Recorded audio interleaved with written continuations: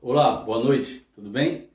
Vimos na nossa aula anterior o início do conteúdo vetores, cinemática vetorial.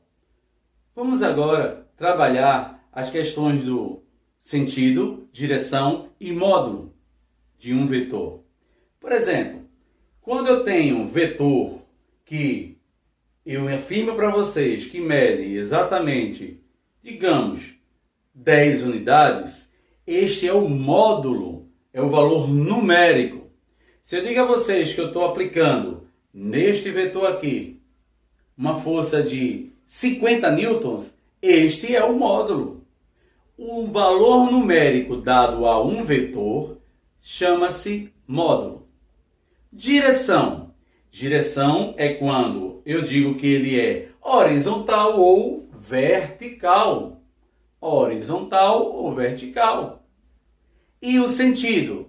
Direita para esquerda, esquerda para direita, de cima para baixo, de baixo para cima. Vamos tirar nossas dúvidas observando esse vídeo. Como Descartes falou para você, as grandezas vetoriais são representadas por setas, e elas sempre possuem módulo, direção e sentido.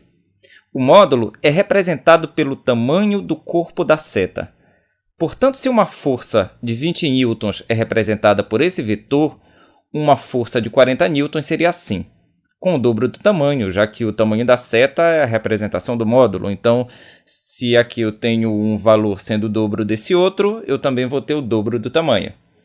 A direção é representada pela inclinação que o corpo da seta faz com o eixo, que geralmente é o eixo horizontal. Então, aqui está a direção 0 graus, 30 graus, 45 graus, 60 graus, até chegarmos nessa inclinação de 90 graus.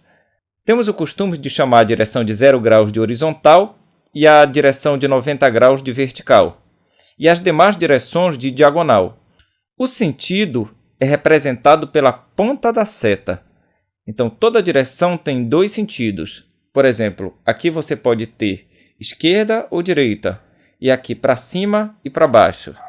Então grave bem, esse super-herói está voando em uma direção apenas, a direção horizontal, 0 graus. Mas ele está voando em dois sentidos, para a direita e para a esquerda. Agora, ele começou a voar em outra direção, que é a direção vertical, ou seja, 90 graus. Mas ele continua voando em dois sentidos, para cima e para baixo. Então não confunda, direção e sentido são coisas diferentes. É isso aí. Ficou claro para todo mundo? Legal, né? Porém, a gente tem como resolver as operações com vetores. Vetor soma, vetor resultante, vetor subtração. Como eu trabalho isso? Vamos com calma. Vamos entender bem o que é vetor soma e o vetor diferença, que nós iremos chamar de vetor resultante. Se eu tenho este vetor aqui, que tem uma força de 10 newtons, e este outro vetor aqui, que tem uma força de 20 newtons, para saber o vetor resultante, como eles estão na mesma direção e sentido, eu posso somar. Somando os dois vetores, eu tenho 30 newtons. Simples, não é? Vamos ver mais um exemplo? Se eu tiver este vetor aqui de 50 newtons, uma força aplicada nele de 50 newtons, nesta direção, e este outro vetor aqui de 20 newtons, com outra direção, não é vetor soma, é um vetor diferença. O vetor resultante dele será de quanto? 30 newtons. Correto? Simples, não é? Porém, existem alguns tipos de vetores que apresentam direções invertidas, ou seja, uma é horizontal e outra é vertical. Observe. Este horizontal aqui, ele tem uma medida ou uma força aplicada, digamos, de 8 newtons. Já esse outro vetor aqui, ele tem uma força aplicada de 6 newtons. Então, eu vou usar vetor soma, vetor diferença. Como eu vou encontrar? Muito simples. Nós vamos ver o deslocamento entre o início e o fim desses vetores. Eu vou traçar, essa reta aqui. Ou seja, parecia uma figura geométrica bastante conhecida por todos nós. É um triângulo retângulo, onde eu tenho um cateto, outro cateto. E eu preciso do vetor resultante, que na verdade é a hipotenusa. Vamos ver como é que resolve isso?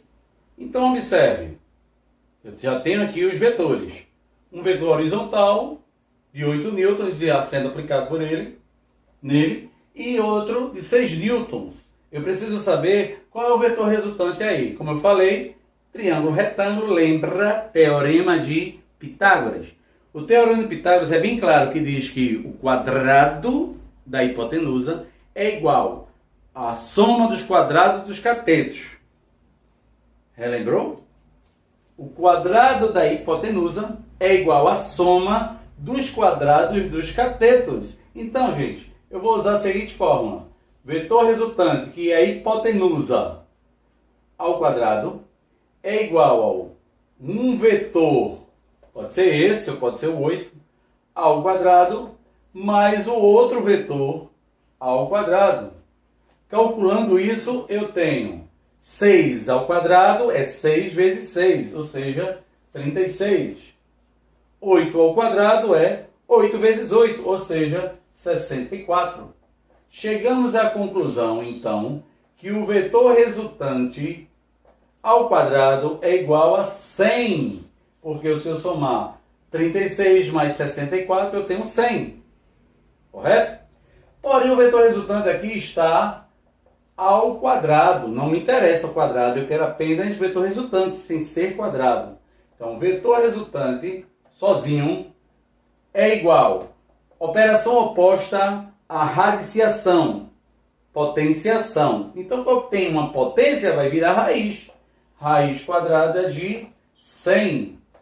Ou seja, a conclusão do problema. O vetor resultante aqui é de 10 newtons.